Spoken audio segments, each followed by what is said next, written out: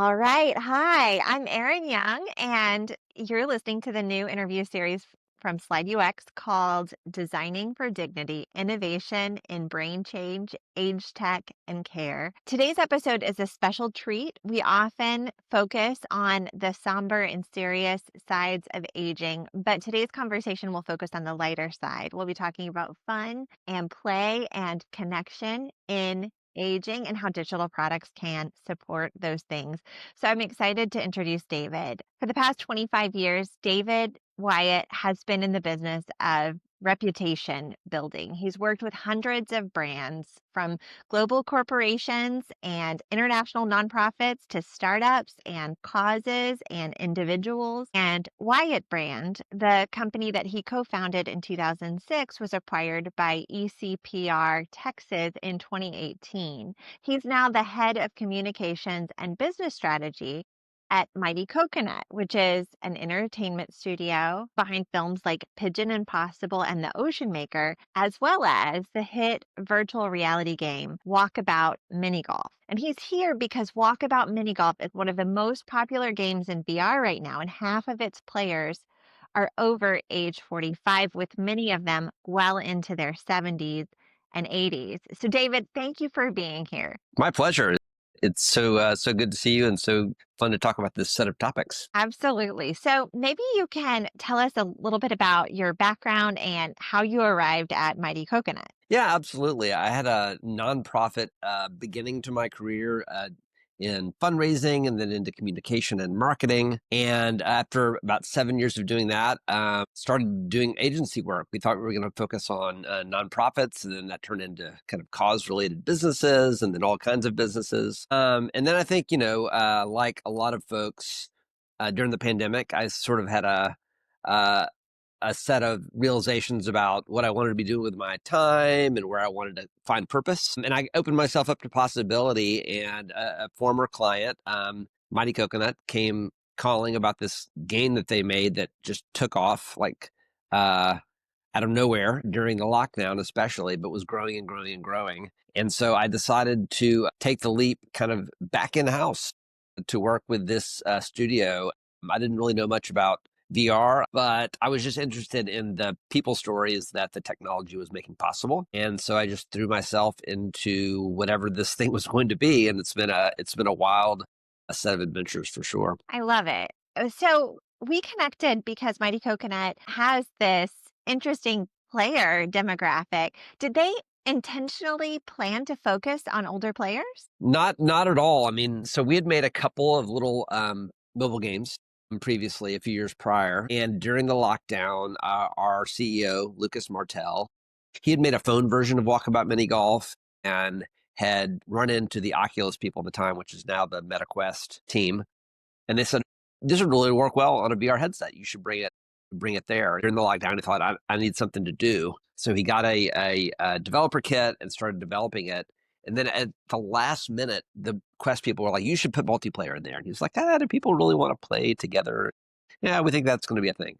So he worked that in as well. And it just immediately organically took off because people were so desperate to be together. And, FaceTime and Zoom and phone calls do a thing, but they don't really scratch that itch of being in a place together. And so what quickly started to happen is that there were certainly VR people that were excited to play mini golf in virtual reality, but a lot more were just kind of regular people, because mini golf is something that you can give to a 4-year-old or a 94-year-old. They're like, I know how to hit a ball with a stick. And it ended up just taking off. And there was a whole lot of intergenerational play. So people would play with their adult kids, people would play with their grandparents. But it just took off. Because of the nature of mini golf, this was a total chance. It's novel, it's simple, it's universally understood. It kind of lowered a lot of the barriers to participation. The way you play doesn't really affect the way I can play. So you can take it really seriously, Erin. You can be like, I'm going to ace this and dial in my score. And I can be like, yeah, whatever, and kind of hit the ball. And we can still have a great conversation, right? Still have a good adventure. And so that ended up playing really well to the social presence and the social sort of experience of people just having good conversations and going on a little mini adventure together. So yeah, it blossomed. This is 5 years ago that we launched as of last month. And as it turns out, like half of the players, as you mentioned earlier, are over 45, which is unusual for a video game. Many of them are retired, 60s, 70s. They can play with their adult kids. They have social groups. They play together because it's a way to kind of stand up and be somewhat active without having to travel or necessarily leave your home. So it works as a really great sort of just way to connect and have new kind of social traditions and outings that are virtual. Right, right. I love it. So basically this audience sort of emerged. How did Mighty Coconut realize that's a population with which they were finding traction? And at what point did the team start to make decisions to intentionally support that Yeah. audience? Yeah, definitely. I mean, the first year was just trying to support the game because they had always done animation where you didn't have to do real time tech support with players and that sort of thing.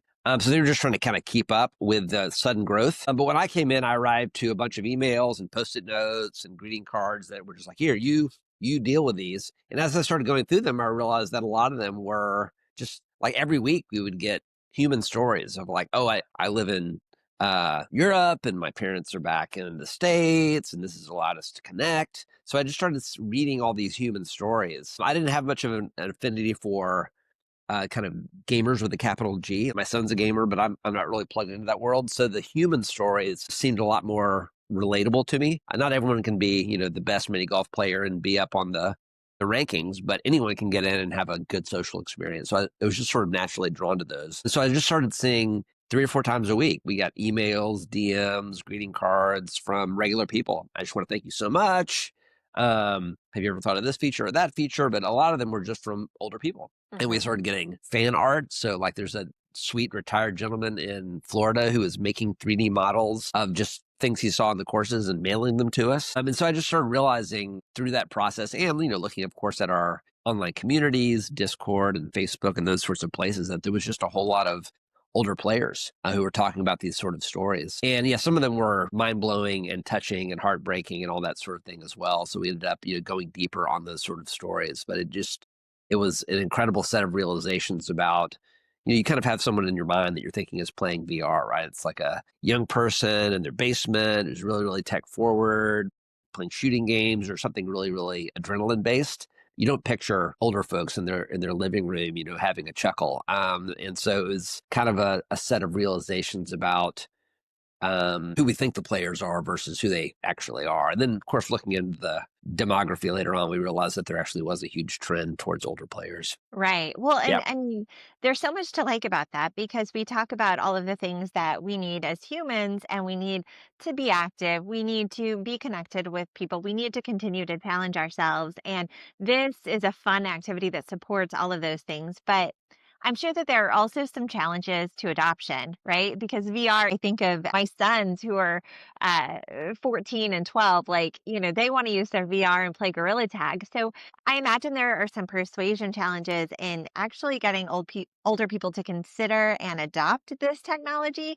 Talk to me a little bit about getting the older demographic to take interest in this technology form factor they're not the primary audience for. Yeah, yeah. I mean, a few things that around that. One is that, whenever you have any kind of software or application, you end up sort of doing tech support for the entire device that it's on because people don't discern like, well, Meta makes the hardware and they make the OS, but you make the game. They're just like, I can't make any of it work, or this isn't happening. My controller isn't working the right way. So we realized early on that we had to do kind of tech support for the entire thing. And definitely that was true of older players, particularly who weren't necessarily savvy about going onto message boards or going onto Reddit, raising a ticket, all that kind of stuff. They just sort of, wherever they were in a Facebook comment or they wanted to email us or something, we were going to need to answer them there.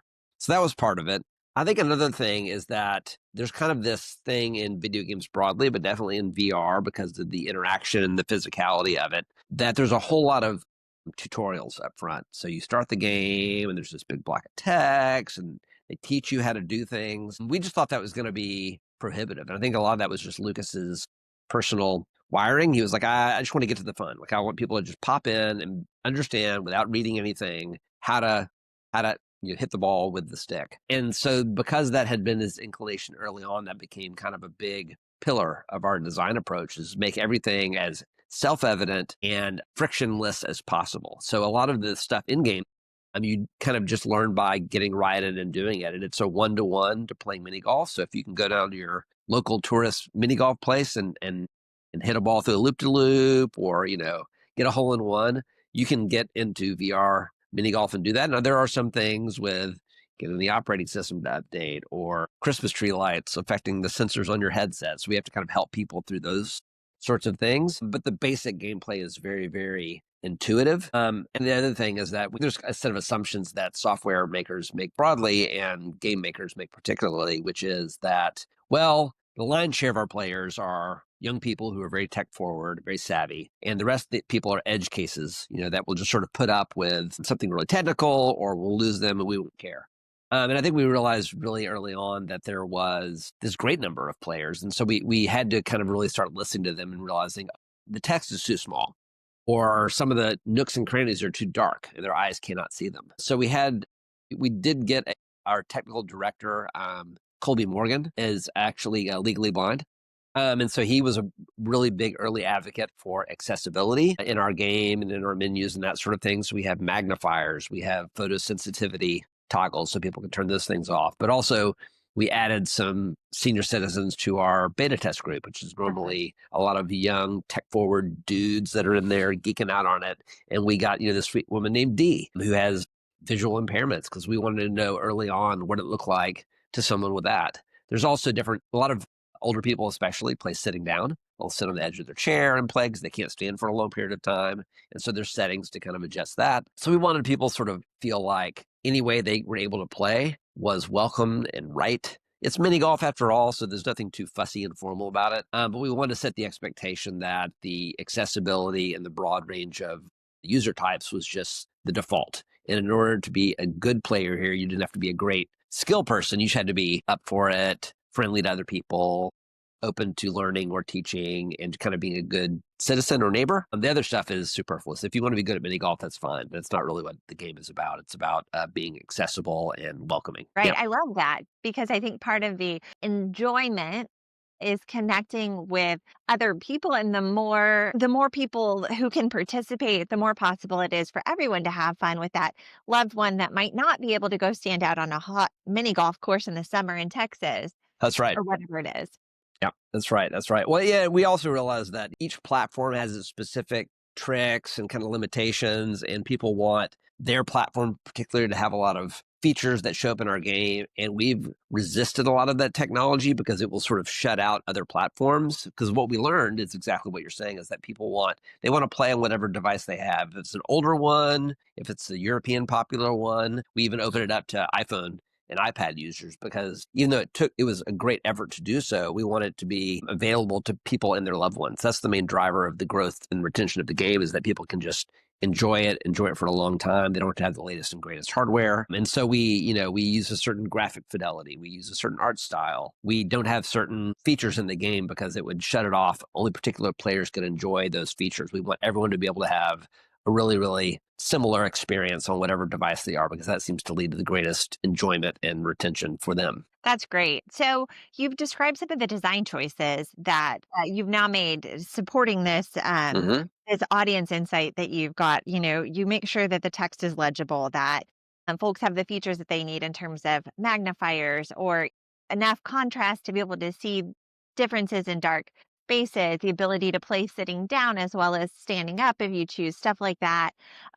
We often find that by making something more accessible for people with particular needs, you ultimately make the game easier for anyone who might want to play. And so sometimes these design decisions can actually serve someone other than the audience for whom they were intended by just making things easier. But I think what you described also is something really smart that, rather than using upfront tutorials, teaching in context, making sure that even these features that were meant to make the platform really easy to adopt still made it fun to use and not, overwhelming or burdensome or boring upfront, which is another important part of game design.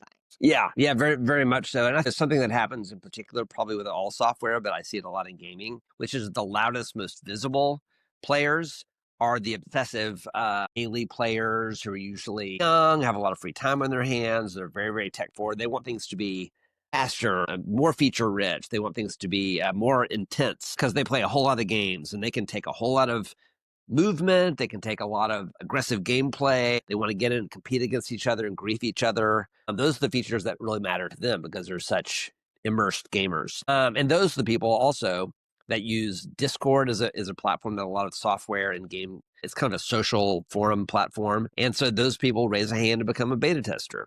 They speak the same language in terms of technical notes. They know all the kind of buzzwords and terminology. And so when they ask for features, the developer, the engineers, and the designers are like, those people know what's up. They're speaking my language and exactly what they're talking about. Those are the serious players, right? Because Mhm. they're speaking the same language as I am. They're playing every single day. And what we try to illustrate over and over again is in terms of our player base, those people are like here that play every single day and are playing several hours a day. There's a lot more people that play every couple of weeks.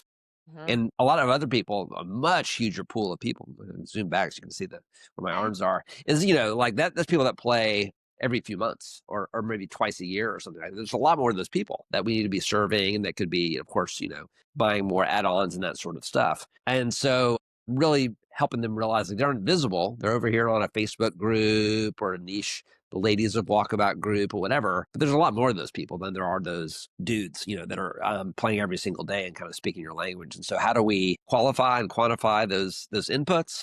How do we kind of translate them for the dev team?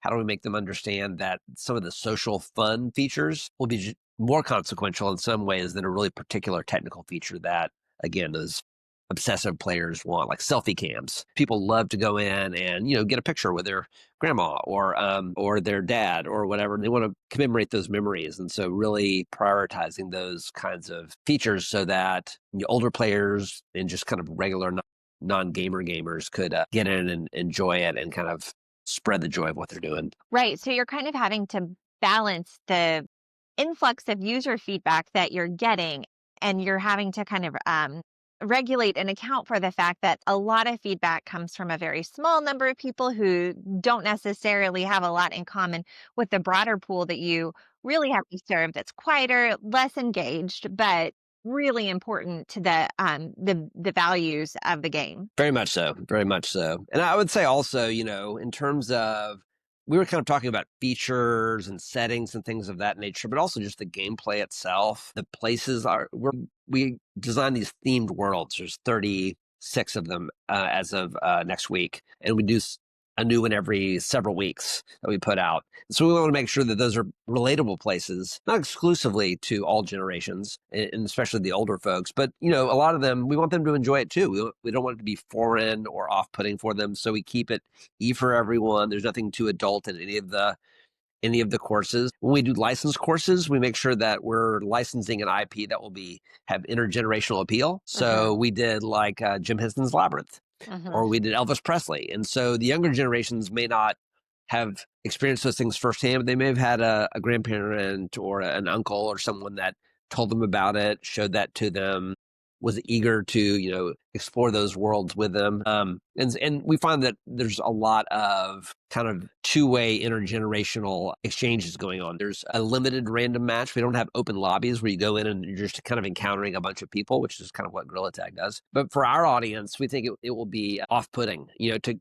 come in and have a room full of people that you don't know with different kind of interests and play styles. So we do one-on-one matching, or they can go meet up with a group of 7 people that they know or arrange a game with. So a lot of times people will find themselves in like an older person with a younger person. And it's a chance for them to teach, hey, here's a little mini golf swing that I learned when I was playing real mini golf. Or for the young people to say, oh, here's a special trick. You can actually fly in this game. Let me teach you how to do that. And so like teaching and kind of bringing their own experience becomes a really valuable part for the player community in particular. Love that. So many thoughts. One of the phrases, one of the words that you used earlier in the conversation was the dudes, the active dudes that are on the boards giving the comments, and it kind of sparked a line of thinking for me. I remember my mom putting my dad on the phone after I'd moved out of the house, and our conversations being so short because he was Yep, not a phone guy. that's right. And I think about the gender differences, right?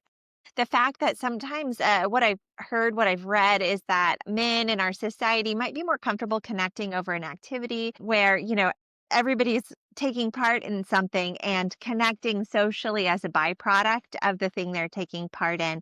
What do you see in terms of demographics of gender for the game? Yeah, I mean, what I would say is that this very much mirrors the experience that we hear time and time again from our players because they say, prior to get Walkabout Mini Golf, I'd have a stilted 5-minute phone call. Usually it's their dad. How's the truck running? How's the dog? Very perfunctory sort of things. And then they kind of ran out of small talk. And it was like, well, I guess I'll talk to you in a couple of weeks. Like they didn't have anything else to do. But when they go into a place like Walkabout Mini Golf, we do talk about it and treat it like it is a place. And the science says this, that people, their brains don't differentiate between a virtual place and a real place. To them, it is a place that exists. They went there together. They created memories. They have sense memories associated with those places. And so what happens is they get there and okay, here's the controller and there's my ball. Then they're quickly like, oh, look over there. Look, there's a humpback whale, or look, there's a giant gummy bear. Well, play around that. And they get to kind of make observations together. They get to make memories. So one of the first kind of tearjerker stories we got was a few years back from a player named Dylan, who had gone home to Denver area during the lockdown with his brothers kind of all moved home too. And for the first couple of weeks, they were still kind of isolating because they didn't know what they had kind of brought home with them. And their dad, Kurt, was a lifelong golfer. And he was very Luddite. He was not interested in tech, but they convinced him that this is a golf game. You're going to enjoy it. Put on the headset. And he quickly took to the game, and he was teaching them golf moves and they were teaching him tech moves, and they played and played and played. And ultimately he finally beat them because he got good enough at the VR that he figured out how to beat them on this course of our Shangri-La. And then magically, I think 6 weeks after that, or a couple months after that, he passed away unexpectedly from cancer that was undiagnosed. And what this message was from Dylan, the oldest brother, was that was one of the last wonderful memories they had with their father, was them all going on this adventure together, hearing him laugh. He had picked an avatar with a mohawk because he couldn't figure out how to change his avatar. And so they teased him about that. But it's like, we'll never forget how he won and how he gloated about how he won. And that course will always have special significance to us. And we hear this time and time again of people having these, it's like, I'd laugh with my father. I hadn't played with my father like that since I was a child. We giggled. We were doing voices. We were racing around showing each other things. It sort of breaks people out of their normal dynamic, especially with families, but coworkers and significant others and buddies, where it's like, all right, I've got to play my role and I'm the heavy here, where it's like, no, we can just both have play and go have a sense of adventure. And so we just see this so often, and we tell those stories because, again, we want to uplift that to be a good player, a valuable player, you're just a person that brings your humanity and your sense of curiosity. And we want to kind of do some social norming around that and saying, like, these are important players too. This grandma in Britain is a wonderful player that we want to really, really celebrate. No offense to you, hole-in-one guy or trick shot person. Like, this person's really special. They've created a wonderful memory and created, something that's worth emulating and celebrating.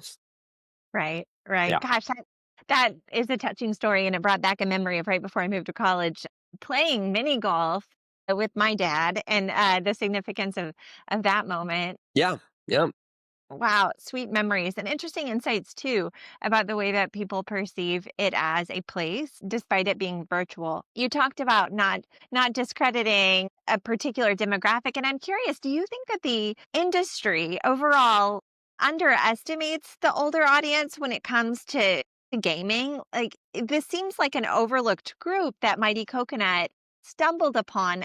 Do you think that this is an underserved group, and why do you think that is? Yeah, I do think it is an underserved group, and I think older players are sort of overlooked. I think while traditionally hardware makers and operating system software makers sort of try to make the platform and put it out there for everyone, they ultimately have to market it to someone, right? And I think what you tend to see is a really narrow age demographic with, upper 20s to early 30s. They show them living in urban environments. They're always really, really fit. They're always really, really cool. They're always, kind of projecting a certain level of mobility. And I think it's because they're trying to say a broad, young professional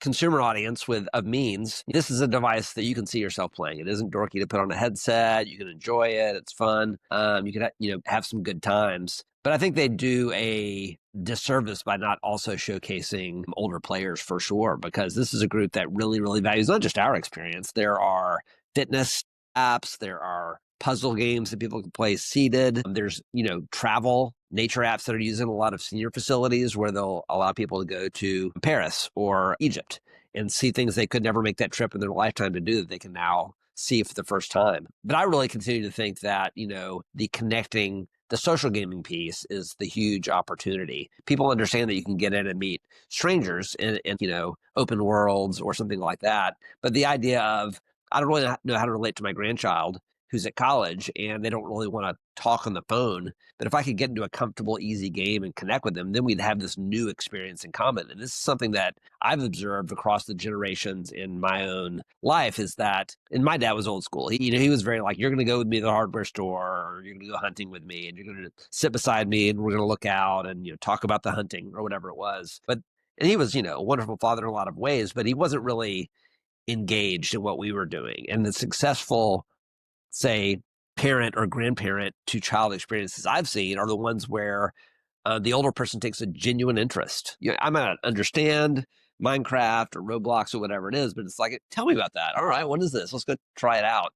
That's what they see. That's what the younger person sees and feels, is that interest and kind of putting them on the same plane as you. And so I think if the platforms and other games were to kind of emphasize that sense of discovery and possibility with all different kinds of people in your life and not just that peer that happened to have the same hardware you did, it would open it up to a lot of possibility of like, maybe I want to buy this for my mom. We don't have a great phone relationship, but I'd love to get into a game with her every couple of weeks and play. That could be a fun thing for us together. So I think that mutual social benefit is something that's underemphasized for sure. That's really interesting because just last night I took my son shopping and he got 2 pairs of jeans. And I swear it was like an exchange of value where I needed some time to connect with him. And I knew that taking him to the mall and Yeah. shopping for jeans was how I could Yeah. do it.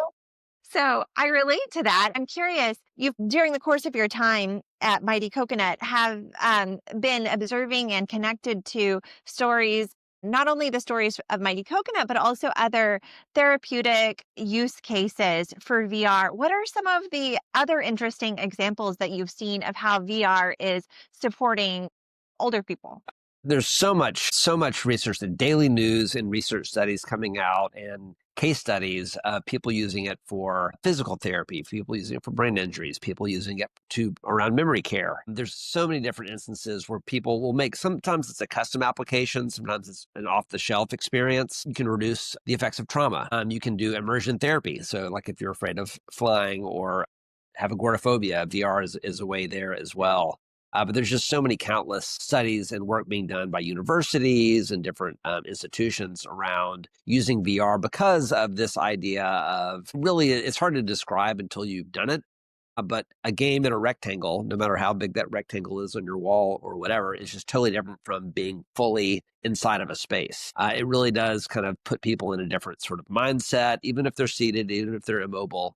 And I think one other thing that we hear so much, I read about this from others, is when you become a certain age, you kind of become invisible socially, right? Mhm. You go out and you're like, well, you kind of become an archetype of just an old person who's unable and not with it and not participating, right? Even if you're out in the mix of things. And in a VR world, you can sort of be whatever you want to be. You could be younger, you could be more mobile, you can be a fox, you can be, you can do whatever you sort of want to do. And what's really great is people just accept you as just person, right? You're not particularly one to one of your 75 or 80-year-old self. You're just a person that has interesting ideas and wants to participate. And so I think that there's a leveling factor that you see across apps and with a lot of different research, is that people get to Mhm. sort of embody different kind of modes and not have to present as an old person that's not able or not with it in some sort of way. But that's really beautiful. You might have seen there's a show on Netflix, a movie about a disabled boy who was really involved in an immersive gaming world and had found a whole Yeah, yeah, beautiful. And that's really interesting. So you can kind of shed the persona of who you are in the real world and participate in a different context. I love it. yeah, yeah, yeah, so much. So I'm curious, you've been learning a lot about how to best accommodate this audience.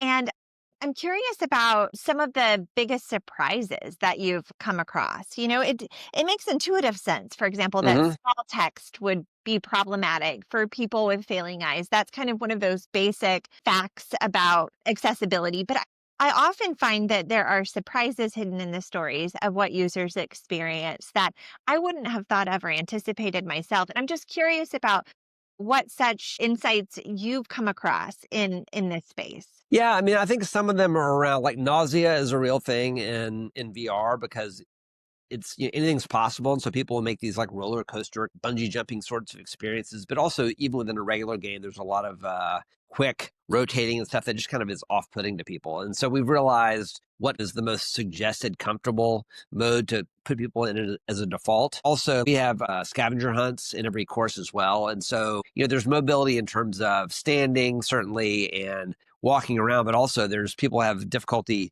bending over or craning their neck or something like that. So we've had to really make some discovery and some best practices, kind of a rule book around, don't hide things too high and crazy. Even though you can fly in the game and kind of zoom around like Peter Pan, don't make that a must because that's not comfortable or evident to a lot of older players, for example. I think the darkness thing was something we hadn't really thought about. We have a lot of kind of cavernous and secret worlds, and that like the light sensitivity and would be such a prohibiting factor for a lot of people. Younger people love it because there's kind of a jump scare, spooky factor to that. So that was a big surprise. I think a lot of things just sort of like I don't know if you're taught like a parent or grandparent like giving them a laptop or something. You think like, all right, click on the window and then minimize. And they're like, I don't know what any of those words mean.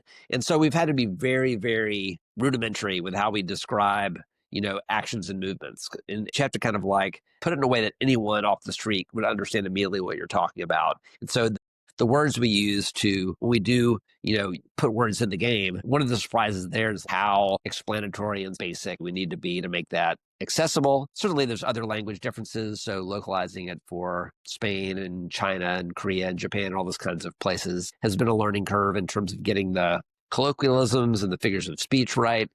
Those have been some surprises. I think another thing is that there's kind of this sense in like other digital communities, whenever you have any kind of tech-based business, you're like, well, our primary platform is going to be Instagram, and then we'll do these other ones as a matter of course, but we're not going to emphasize those. And we realized that we can't shoehorn older players especially into Discord because we like Discord or Instagram because we think Instagram or that's where the numbers of engagement are. People are going to hit us wherever they are. They're going to email us. They're going to be in, again, far-flung Facebook groups. They're just kind of wherever they are. And I think, there's definitely a customer service tendency, I would say, to try to redirect people back to your correct desired place to kind of get that feedback. And one of the surprises that we've discovered is a lot of the older players, they're doing good just to kind of find us any which way, a review or, an email or a comment somewhere. It's like, so don't elbow them out or coerce them, go somewhere else. Just trying to kind of meet them where they're at,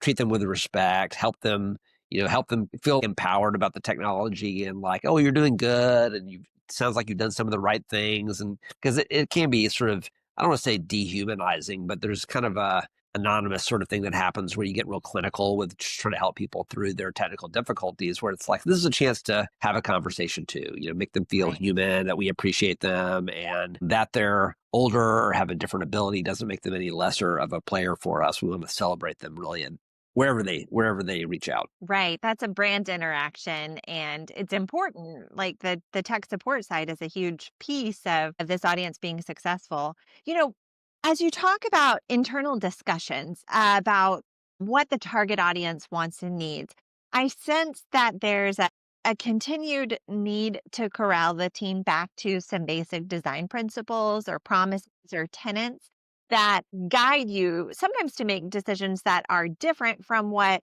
might be appropriate for another game. So Mm-hmm. tell me about, a time when an internal discussion was leading in a direction that was misaligned with those values and how you determined what the tenets would be that you would try to protect. Yeah. I mean, I think one notable example for us is maybe 2 years ago, we launched a course called Upside Town. And the whole idea was it was kind of a topsy turvy, a wild gravity sort of world where you could like hit the ball and it would go up on the wall and you have to hit it there and hit it from the ceiling. We thought, oh, this could be great. It's going to be like an MC Escher painting. It'll be wonderful, come to life. People will love it. It's goofy. It's mini golf.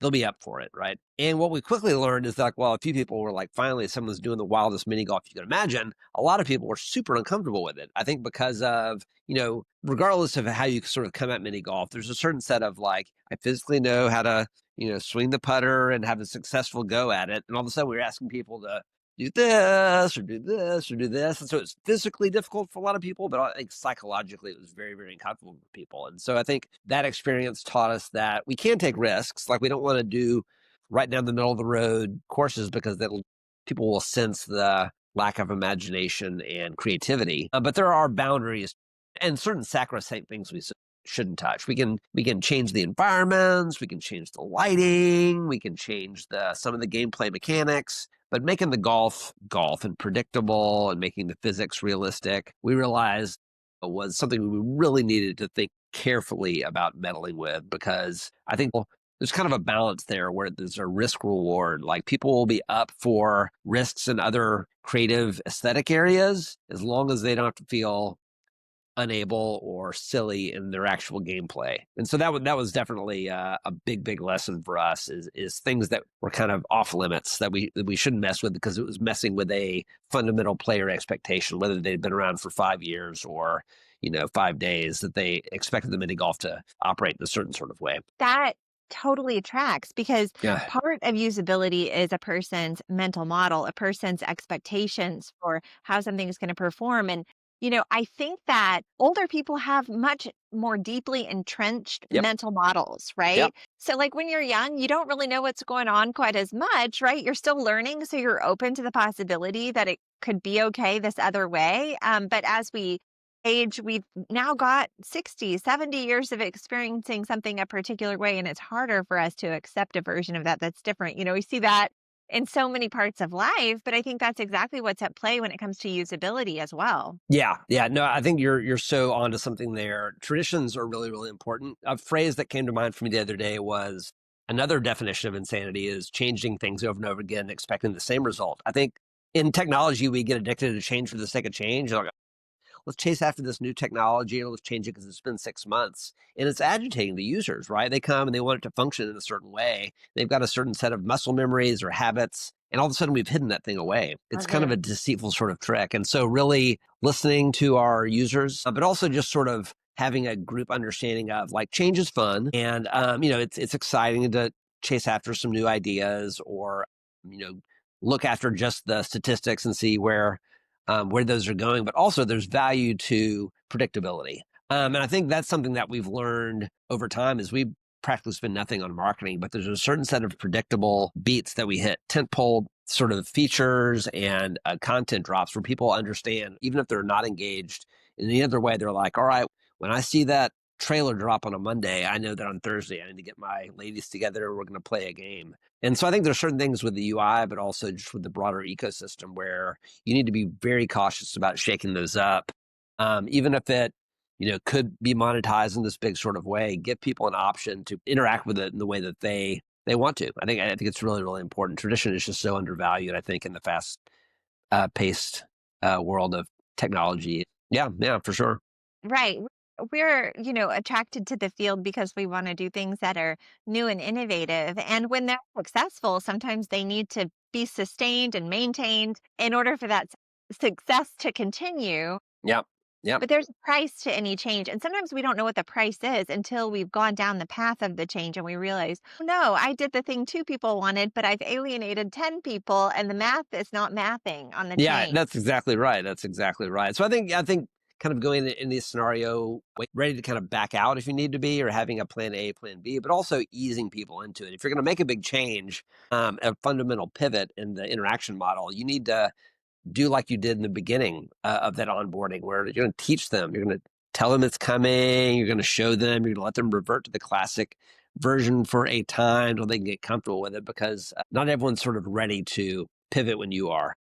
Right. And especially in fields where what you're doing is ultimately a commodity, they can find another version at the same or cheaper price. What's keeping them there is really that habit and that those distinctive sort of elements. If you change up those distinctive elements, people are like, well, the things I was here for, which is ease of use and familiarity, are just gone. So I'm going to go to the thing that's 5 cents cheaper an hour or whatever, Right. because now I've Right. got to relearn something anyways. What's the point?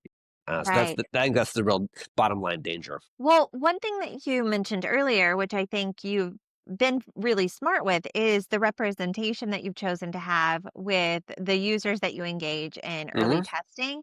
One of the, I think, fatal mistakes that I sometimes see brands go down the path of is that super user only panel, right? That's giving them input on potential changes. But you've wisely included older users, users with disabilities in initial feedback. And so hopefully you can catch if you've gone down the path of something that's going to alienate a portion of your user base, that representation in your user panel Hmm. for feedback will help to catch that. That's right. That's right. Yeah, and we do it all the way from beta testing into moderators for our community, but also like when we do a launch, we will not just showcase the press and the favorable press, but just regular people, including older users and what they sort of said about it.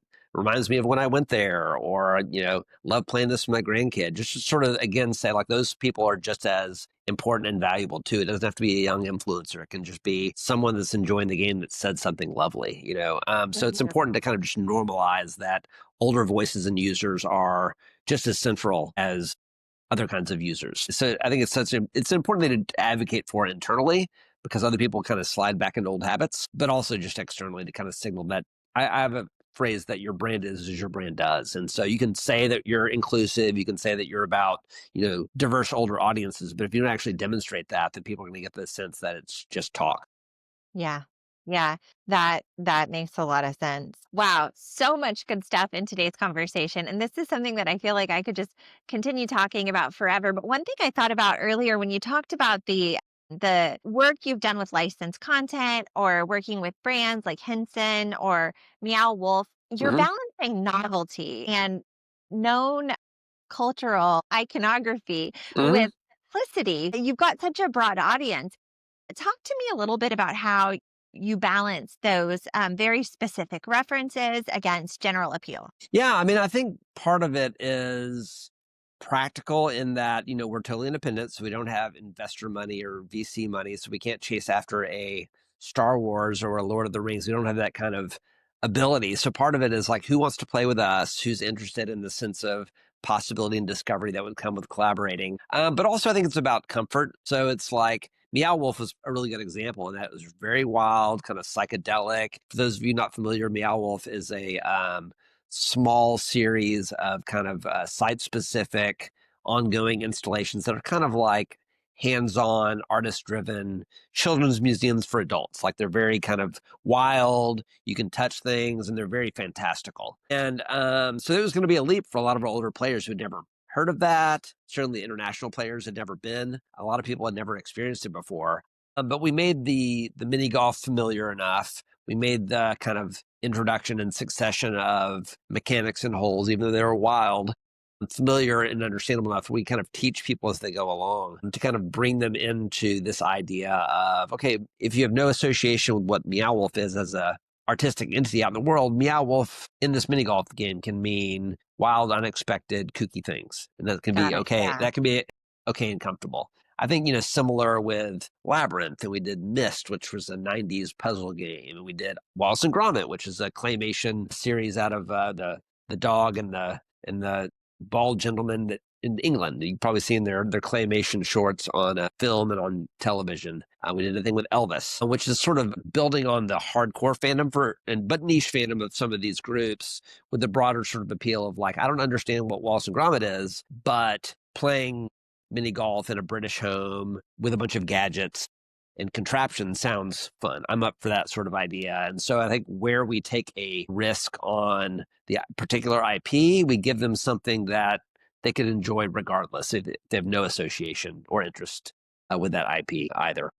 Well, that makes a lot of sense. Having gone on a cruise with my younger sons and watched Grease the musical and watching them partake in something that was a big part of yesteryear is a fun way to connect across generations where, everyone relates to some part of it and new memories are formed. Yeah, I think that's right. I mean, and part of it really is just kind of an invitation to play and discover something. So we've even done like Jules Verne novels. We've done three, 20,000 Leagues Under the Sea, and Around the World in 80 Days, or a couple of those. And so these are like very old books. We're getting ready to do Alice's Adventures in Wonderland, which is a Lewis Carroll book from 160 years ago. But it's sort of it's a cultural touch point that just about anyone can be sort of up for. The older generations have a closer familiarity with it based on their education or what was popular when they were younger. But it's an invitation for all of them to sort of getting together, the younger people to discover it for the first time, the older people to be like, oh,